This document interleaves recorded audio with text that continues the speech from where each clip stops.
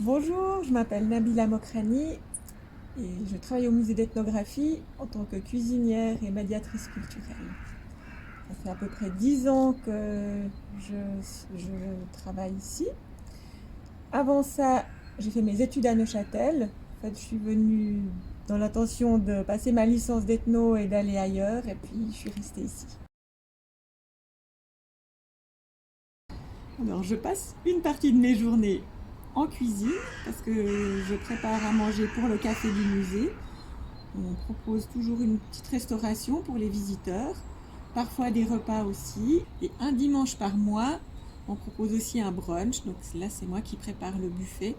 Et ce brunch est précédé par une visite guidée de l'Expo du Moment. Je ne fais pas que la cuisine, puisque j'ai aussi un petit pourcentage en tant que médiatrice culturelle.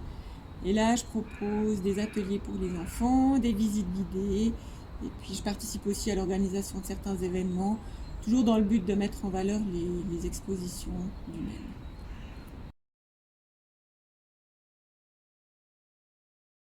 Alors c'est vrai que la cuisine, ça a toujours été une passion. Je ne suis pas formée en tant que cuisinière. J'ai toujours aimé faire ça. Donc avant de venir au musée, j'ai travaillé dans plusieurs restaurants en tant que responsable de cuisine. Et le poste au musée, c'est le poste idéal pour moi parce qu'il m'a permis d'allier ethnologie et puis cuisine. Et je pense que c'est une force parce que déjà, ça me permet d'être très présente au musée, de travailler avec tous les collaborateurs du musée. Et finalement, pour moi, la cuisine dans un musée, ça fait aussi partie de l'accueil et c'est presque une forme de médiation pour les différents publics. Alors j'ai proposé à plusieurs reprises des petits ateliers pour les enfants où on confectionnait une recette ou deux. Mais là où vraiment j'avais des ateliers culinaires liés à une exposition, c'était quand j'ai proposé des ateliers bento pour enfants, adolescents, adultes.